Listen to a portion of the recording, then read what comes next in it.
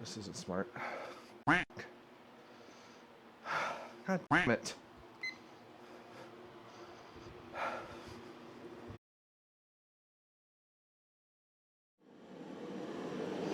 Well, good morning. Welcome back. It's a cold and rainy day here, and it's really raining outside actually, which is unfortunate. There is truly no greater combination than freezing temperatures and rain. I would love to have snow here, I really would. But in all my time living here, I've only seen snow twice. Once lasted, gosh, probably less than 12 hours, honestly, on the ground, the snow did. And the second time was about 2 years ago, and that lasted actually a couple days. But that was, as I understand it, a once in a really long while event. So, it is what it is, I guess. We're going to deal with sub-freezing temperatures, freezing temps, anywhere from 20 to 50 degrees, essentially, and rain. It's great. But, you know what is great? Today's leg day. We're going to smash some legs as best we can. I am feeling a little under the weather. I don't know if you can hear it, but I've got a small tickle in my throat, and it doesn't feel great, to be completely honest here. But I was really looking forward to this leg day, so I wanted to get out here and at least try to get through it, at the least my main movement, which I'll tell you about in a second here, which would only be about half the workout-ish, but you know, it would be better than doing nothing, that's for sure. So we're going to start our workout the same way we normally would. We're going to start with our leg curls here. And then normally there would be another exercise right after that. In this case, it would be some cable hip adductions. Again, we're still doing those. And then we're going to move on to our belt squats. Super pumped for some belt squats and to bring in that programming. I love belt squats, and I built a custom platform here for the home gym just for those that you may have seen in the background in some shots for a while and wonder what the heck is that big behemoth of a thing. Well, you'll get to see it today.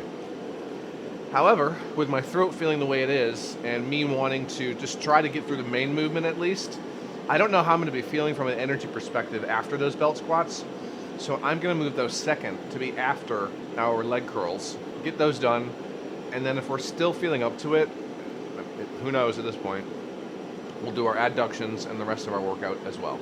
So that's the plan.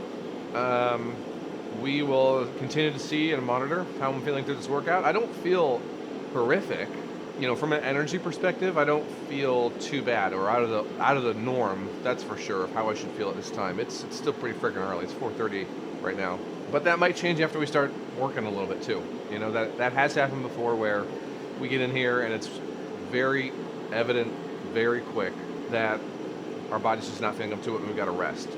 So we really do have to listen to our bodies and give them the opportunity to rest and recover and not push them too far and not be boneheads about it. Let our ego get in the way. When we need a rest day, we need a rest day. That's all we can do sometimes. So we're going to test the waters, so to speak. We're going to do some leg curls, get warmed up, nice and stretched out, get all the muscles moving and grooving. And then we're going to move over to our belt squats, and we're going to take that warm up nice and slow, gradually climbing up to where we want to be. All right, I'm going to get suited up here. We're going to have some leg curls.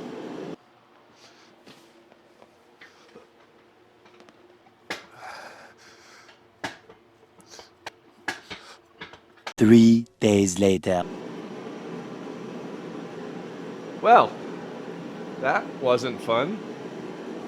I was sick for the last, 3 days, something like that. And yesterday I started to finally actually feel a little bit better there. So, wasn't feeling like leagues better. I woke up yesterday morning and I still had a bit of a sore throat, or some kind of sore throat going on.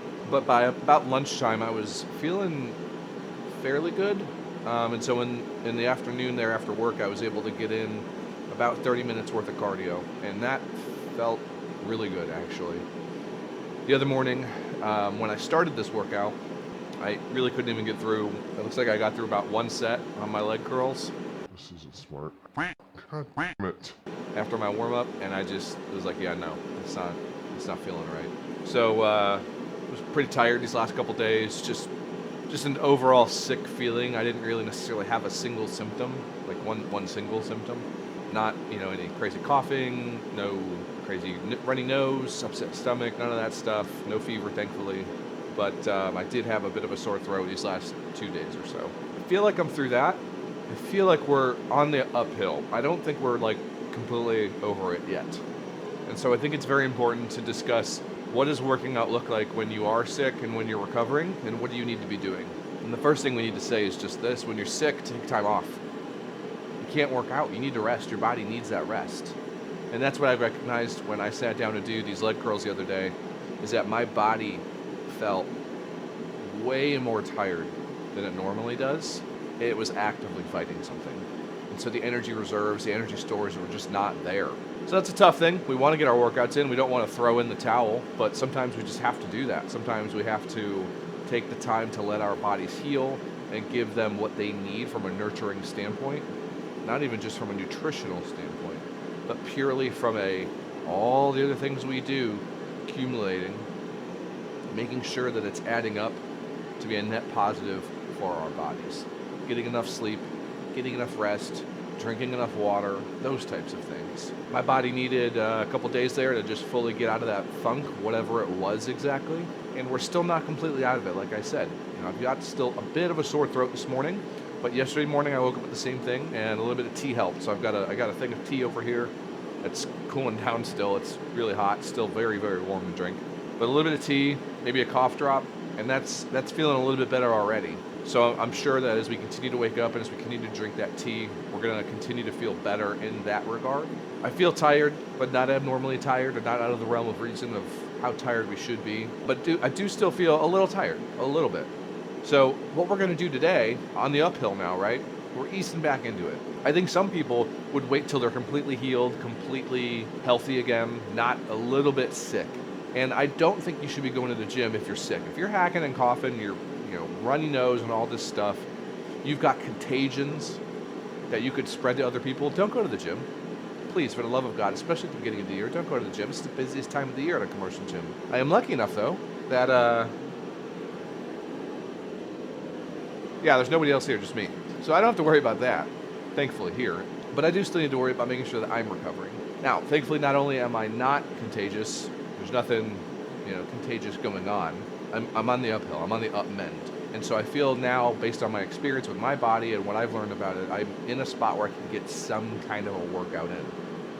So let's talk about what that actually is. When we do deload weeks, my philosophy on a deload week is that we're not going to reduce the heaviness of what we're doing.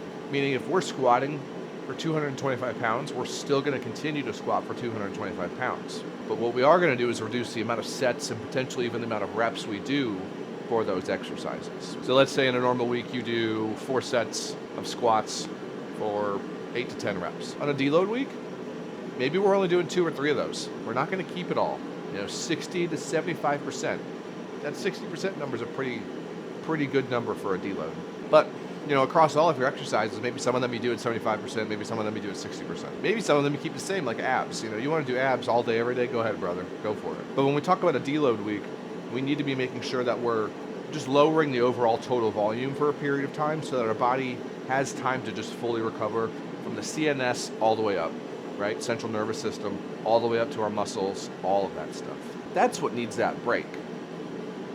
So now that we're recovering from a sickness, I like to apply the same philosophy.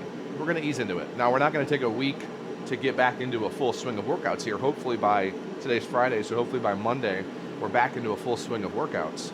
But today, potentially tomorrow, depending on how today goes. Tomorrow we might be back at it. Who knows? We may be right back up to full capacity. But if not, what we're going to do is we're essentially just going to modify our workout. We're not going to go too crazy. We even may today, just because of how tired we've been and, on that first day of feeling healthy enough to be working out, we may not even actually go as heavy as we may normally do. So unlike a deload week, we may not go up to that full heaviness. But I think we're going to go moderately heavy, if not completely all the way up to what our normal working weight would be. So it was a leg day when I tapped out from the illness. It is still a leg day. We're going to do that leg day right now. And we're going to start with our leg curls just like we had intended to. And we were going to be doing, after some other stuff, some belt squats. I am still going to do those belt squats as long as everything goes to plan. How many sets and for what weight we do, I mean, it was really going to be a week of figuring out what the weight was going to be anyway. So we're going to ease into that weight. We're going to do the work. We're going to see how it feels. Now, I'm not going to be doing my hip abductions today, just to kind of eliminate one exercise and give our body a bit of a break. I am going to do some leg extensions. So the plan's going to be to do a little bit of these leg curls. We're going to move over to our belt squat setup over here that I'm excited to show you guys. And then we're going to do some leg extensions and some calf raises. Nothing too crazy, not crazy volume, but we're going to get a bit of a workout in.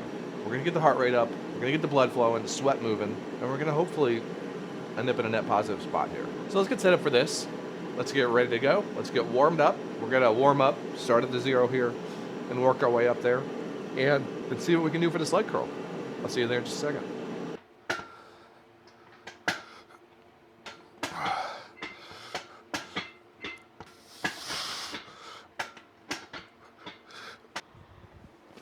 Let's go.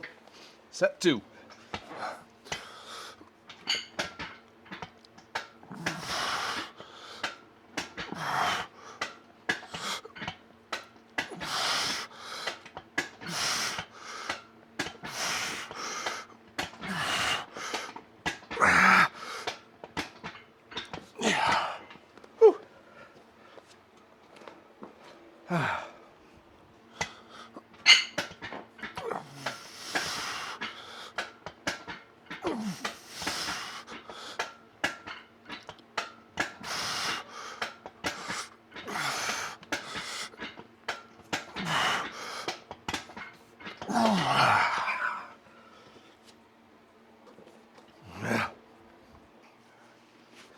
All right, those felt pretty darn good. However, I still don't want to overcook it. It would be very easy for us to get a little overconfident in how we're feeling and try to do way more than we probably should, which will just take our body's ability to recover adequately away from it. And we might not get more sick necessarily, but we're going to delay and slow down our progress back to perfect healthiness. So, with that in mind, it's really hard, but we got to keep the ego in check. Got to get that gut check in there and remind ourselves rather, we're not going to be able to do everything we could possibly do on a normal week where we're feeling healthy, and that's perfectly fine. So, did do 3 sets here in a hamstring curl. Felt nice, felt good. Didn't feel anything out of the ordinary, honestly. It felt like a really good set of hamstring curls there. Now we're going to move over to some belt squats. And I haven't done these with you guys before. I have a homemade belt squat platform that you've probably seen in the background of some of these shots for a while and wondered what the heck is that big black thing. We're going to be using it today. We're going to get it set up here in the squat rack so you can see how it attaches to my already existing cable system quite easily. We're going to get that dropped in, do a couple sets of those. We'll see what the weight ends up at. I genuinely have no idea where it's going to land right now. And we'll get some work in. We'll get some work in on our quads. I'll see you there in a second. All right, so let's talk about what we got going on here. Essentially, what I have done is I've made just a platform for my cable pulley to attach to. So I bought a small cable extension, and I've got a wheel here that I've cut into some 2x4 bracing, essentially underneath a piece of, it might only be even a 1/4 inch plywood here for the top. And then I've thrown some grip tape on top as well to help for added stability. That attaches to a safety chain that connects to my pull-up bar with this nice soft strap that I keep up here. I've got these 2 chains that I bought well before I had the Vendetta attachments for my safety arms. And what I would do is I would use them to essentially be the safety stops on my arms. And I would do so by rigging them up to the pull-up bars up here. They've come in major handiness over the last couple years. And these chains are one of the better investments I bought because I've had a lot of uses for them. And they come and go. I've got 2 of them. And I believe they're rated for like a ton or a ton and a half. It's a lot of weight. So there's a ton of potential here for these, well exceeding whatever I'm going to be using them for. One of the better uses I've had for them, though, is this exact setup right here with this belt squat. You're able to attach secondary carabiners. I don't know if you can see this one here, but I've got a secondary one up here that I can move up and down in between these to essentially shorten this. And this carabiner as well is rated for about a ton. So we've got a lot of potential here to make this chain longer or as long or as short as we need it from a safety perspective here in the home gym. And it works out perfectly for holding this belt squat. I had made a sort of kickstand that would essentially hold the ball here on the cable, and you would slide it in to, you would slide the cable in between the kickstand. It had a little hole in it, and it would hold it up at a decent height for you. The problem is every time I would use it, I'd have to get it in place and then get it to balance. It wasn't on like a hinge or anything. It was literally like you could just take it right off and throw it over. It was just an A, is all it was. And the cable would sit on top of it, and it would hold it there, but I would have to get it like perfect. That was a total waste of time to make, and I would definitely not recommend anybody make it if you're going for this kind of setup. Get yourself a chain like this. I don't think these were very expensive. I'll throw a link up on the screen here, and you don't need two. I bought two because I had two arms. But even just one of these for this cable setup, this is going to make it so much more feasible. And I actually got this inspiration from Rep Fitness, who, when I think they still sell it, they had a belt squat attachment that would go in the rack that was basically just this platform without the platform. It would attach to your low row cable, and it would just loop up through it, and it would give you that thing to stand over, basically. They shipped theirs with a chain like this, and it was a bit of a bigger hook. But this works just fine, and that's where I got the inspiration from. And I was like, I'm just going to go buy myself a big hook and chain like that. So got this chain, works perfectly. It allows me to hold the weight here off the ground so that I'm not essentially touching the ground every time. Well, I'm not going to touch the ground every time with this cable setup. With the depth I reach, I never end up touching the bottom of the pulley here. I measured and set these cable attachments and extensions to that length so that I could avoid that. But I can literally just come in here. I've got my Henny belt. I love this belt. This is something I bought in the last 6 months or so even. And this belt is so comfortable. It's great for belt squats. It's good for dips. I still enjoy my dip belt better. It's just easier to get the weight clipped onto the dip belt. But if I never did that, but if I just took the chain off of it for the dip belt, this would be super easy to use in the exact same function. And it's got all this extra room here for somebody who could probably be a lot larger than I am. I use it on the smallest setting here, and it sits very comfortably on my hips. It's not going anywhere. And it came with this really nice heavy-duty carabiner, too. This chain holds it up here for me. The carabiner, I just clip it right on to the one that I have installed. I can stand up with it, and then I unclip my safety carabiner. It hangs here. I've got my squat handles, my bench handles, whatever the hell these are, from Mutant Metals that I love. I get in position, and I just go.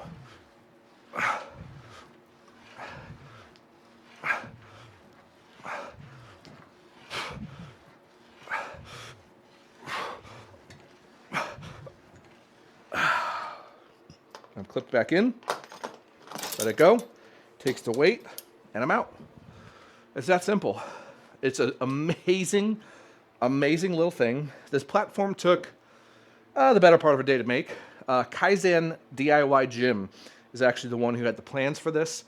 And I mean, if you have any DIY or handiness about you, you can make something like this very, very, very simply. It is literally a couple 2x4 pieces for bracing, and then a piece of plywood on top, and then a bit of a hole here cut out to allow for the pulley. Now I added 2 pieces of cut off 2x4 essentially that I put these toe hook stoppers. Gosh, what are these freaking things called? These little red guys.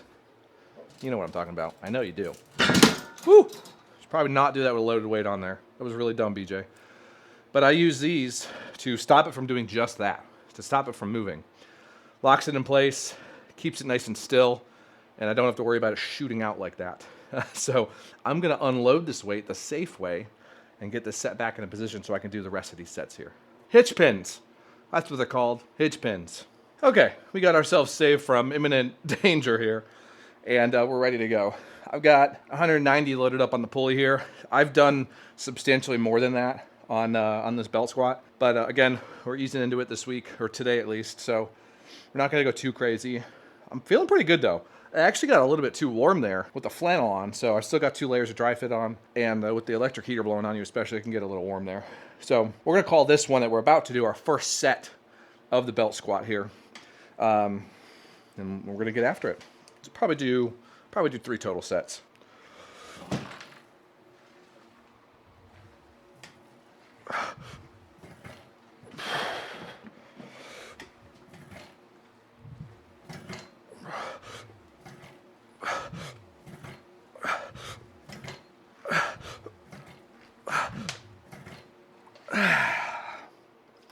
That's nice.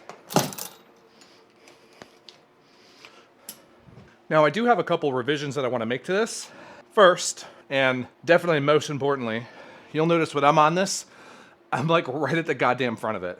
I want to move the pulley into the center of this platform so that I could really get over the middle of that pulley and not be standing like behind it. One of the things that happens with belt squats for individuals who do them on a pulley or even one of those levers you've seen, or any setup really, if you're standing behind it, it's putting a lot of traction on your knees. All that force, it's going into your knees trying to pull you forward. So if you can get directly over it, the benefit of the belt squat is that it's going to take all that pressure off your spine from loading it onto a barbell, right? So you're going to get all that weight evenly distributed right onto your hips and pulling you straight down versus trying to pull you down and forward. Down and forward is going to put all that pressure onto your knees as well. And I've had that happen before. So I try to stand as far forward as possible without falling off the edge of this thing. But with where this pulley is, I'm literally right there at the top of this platform. There's not any wiggle room there. So I have some revisions I want to do to it, including adding an additional set of 2x4 bracers here, just to make it a little bit more stable. It's not going anywhere. It doesn't wobble or anything like that. The last thing I want to do is I want to get real bearings and spacers for the pulley to sit on. It is sitting on probably 50 little washers total, 25 on each side of that spacer there, within the bolt that's between the 2x4 pieces. I want to get proper spacers and bearings so that it could spin freely and not be so jank.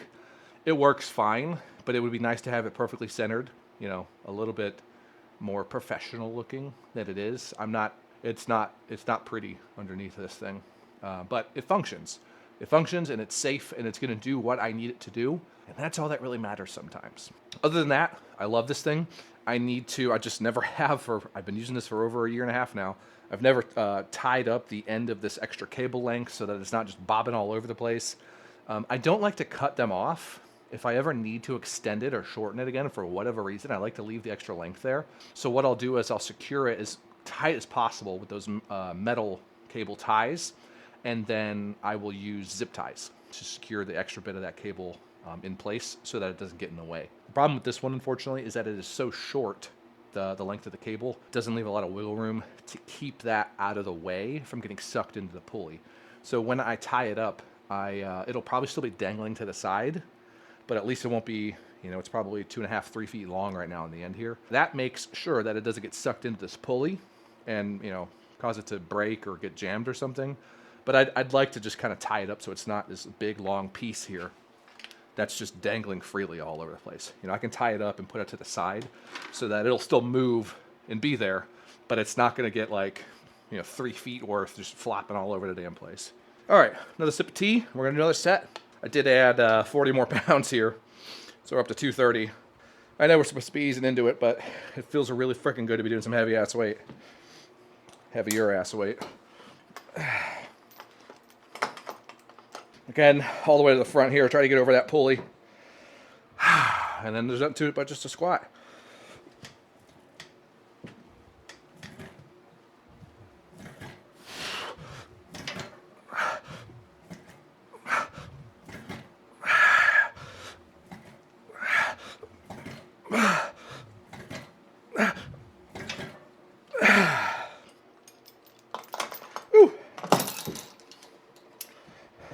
Now, the other thing I just realized is that I'm actually supposed to have this, I think, 3 holes further back so that I'm not bottoming out.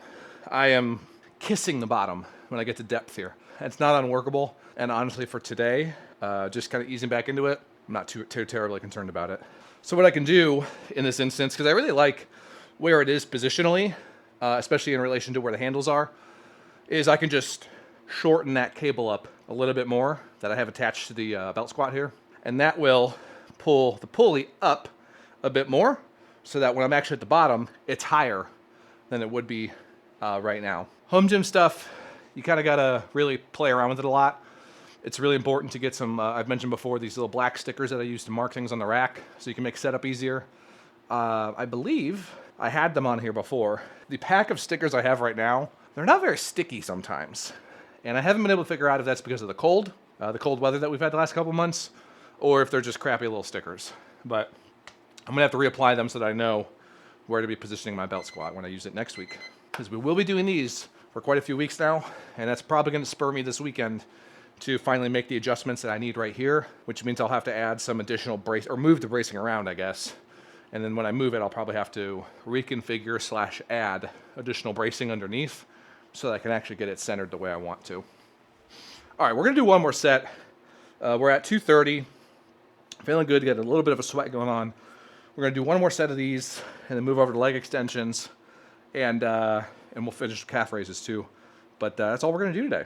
That's all we're gonna do. We're feeling great, but again, we don't wanna overcook it. We're still trying to get over that hill for being sick. I think we're over the hill, but we're not back down to level ground just yet. So we're getting there. We're getting probably pretty darn close, but we're not gonna do too much today.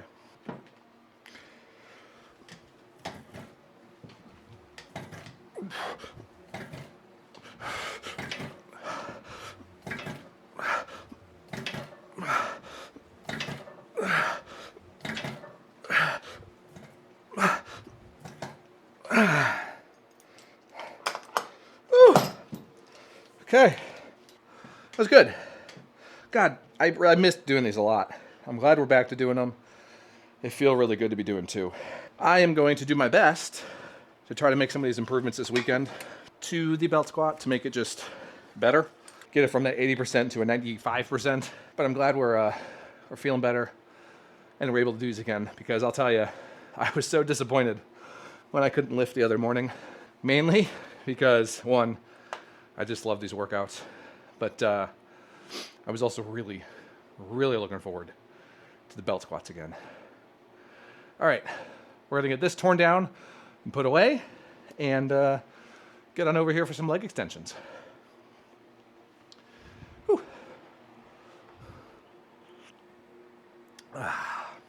You know, I never drank tea during a workout before in the winter, but I don't know why I don't do this more. It's great. It's cold out here, so why wouldn't I be drinking something warm that's very hydrating too? Might have to start doing this a little bit more often. All right. Those belt squats felt great. I'm feeling honestly really good right now, which is surprising is not the right word, but it's very reassuring to be feeling better. It was such a weird little sickness. I was just feeling so tired and lethargic these last couple of days. Again, didn't have any like crazy symptoms. I wasn't like hacking up a lung or sneezing all the time or anything like that. Or even, you know, I think I had a headache the first day, but that might have just been dehydration. It's good to be feeling better again, especially after last week. I got my double COVID and flu vaccine finally, because I had been forgetting about that and my doctor reminded me. So I got that, and that knocked me on my butt for about 24 hours because I got both of them at the same time like I did last year, which I said I would never do again. But I did. So it sucked last week to have a day where I was feeling crappy, and then this week I had basically 3 days that I wasn't feeling good either. But we're back at it. It's feeling really good. So we're going to do some leg extensions here, a couple sets of them, nothing crazy, and then we're going to wrap up with some calf raises as well. Actually, I'm probably going to superset them, so I might not be able to film those for you all. But we're going to do some leg extensions. Got 120 pounds loaded up here.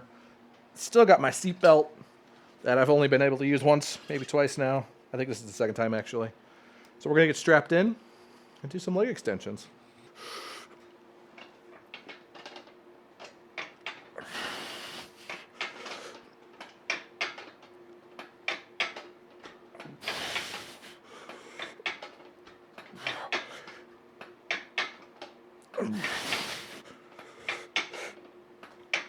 Oh yeah.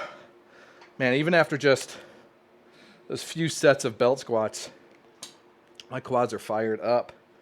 That is so good. It is one thing we learn over time, how to listen to our bodies and respond to them. I feel like when I was younger and just starting out and lifting, I never would have taken a day off, no matter what. You would have had to put me in a hospital bed, be that sick, to take a day off from lifting. Now, I do know that when I was just starting out, you know, if I was actually sick, I know I took time off. But that was literally the only thing that could keep me out of the gym, and I would rush to get back. In this post-COVID world, I think it's a little different, right? I think we've all become a little bit more aware of our illnesses and how they can affect people. At least I hope most people have. I certainly have.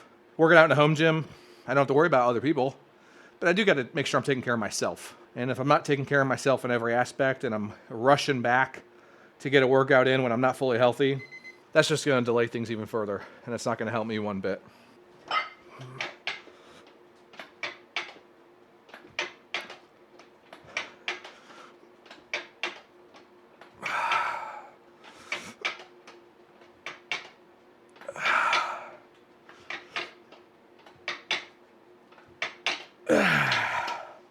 But I can tell you guys this, and I've said this before, I really don't like not being able to work out.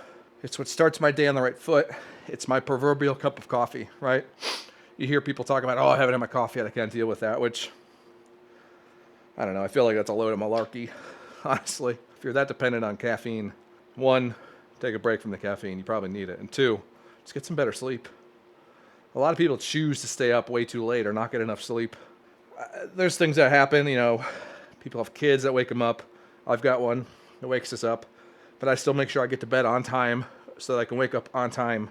And in the perfect world, as long as he isn't waking up in the middle of the night, I get the right amount of sleep. I'm not going to experience anything too crazy and need caffeine to carry us through the day. Don't get me wrong, love my iced coffees, love my cold brews, but I can't say that I feel like I need them to function. But for me, and perhaps for you, let me know down in the comments if this resonates with you. Not getting my workouts in really just affects me greatly in every aspect of my life.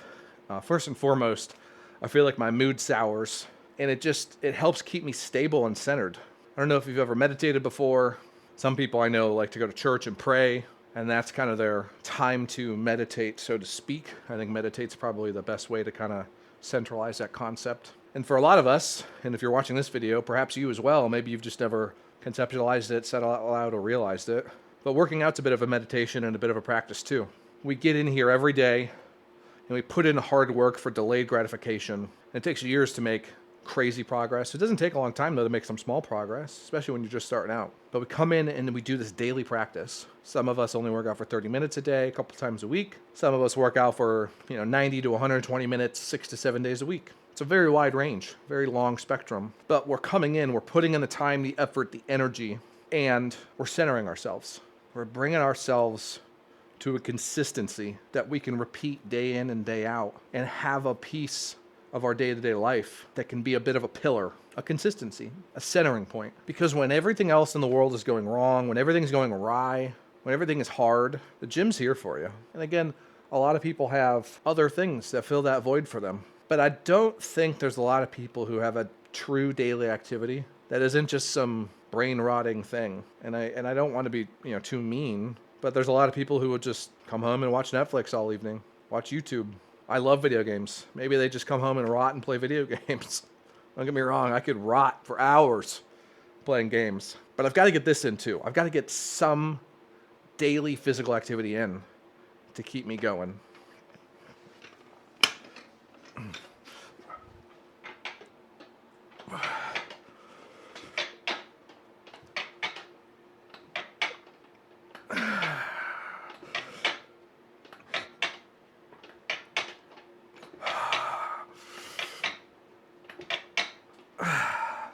If I can get that in, everything is so much better, easier. People are easier to deal with. Life is easier to deal with. The challenges it throws at you are so much easier. Because this is the hardest thing I have to do every day. It's my most enjoyable thing every day, that's for damn sure. But I gotta wake up at the butt crack of dawn, well before the sun is up, before anybody else is up. And no one forces me to do it. It's all on me. This is me doing this to me.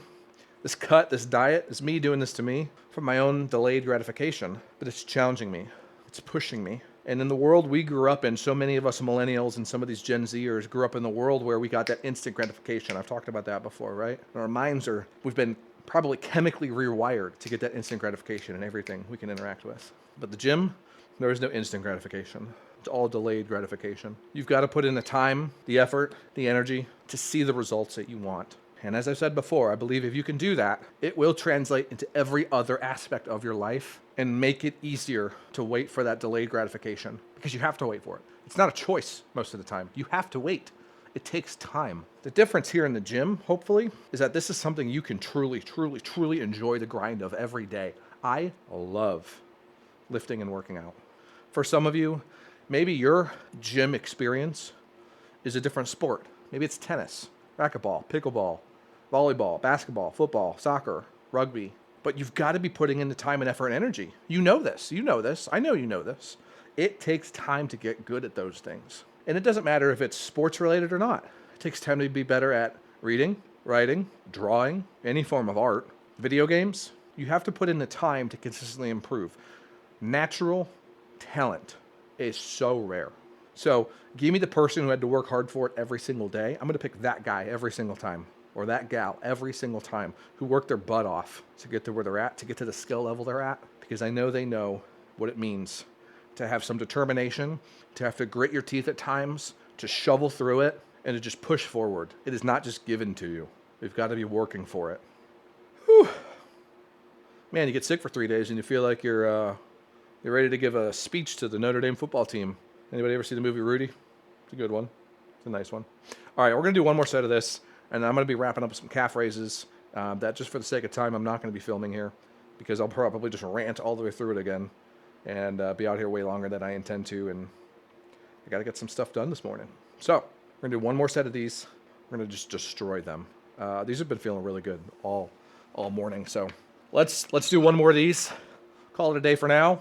Thanks for being here. Appreciate you showing up. It feels so damn good to be back. I missed this. I missed doing this. I'm sorry for the delay in some of the videos. I had to kind of spread them out a little bit, but we're hoping to get back on a regular cadence here and be getting these videos out to you all regularly. You seem to be enjoying them. Let me know in the comments if you're not, but also let me know if you are. Appreciate all the positivity. I really do. All the kind words of encouragement and the criticism. I need it. I need to be humbled a little bit. You guys are too nice sometimes, you know? Maybe one day we'll be big enough that we can read our hate mail on a monthly video and just kind of laugh about it. Huh? Hope you have a good rest of your day. Hope you have a good week or a weekend ahead of you. I'll see you all next time. I'm going to crank out one more set of these.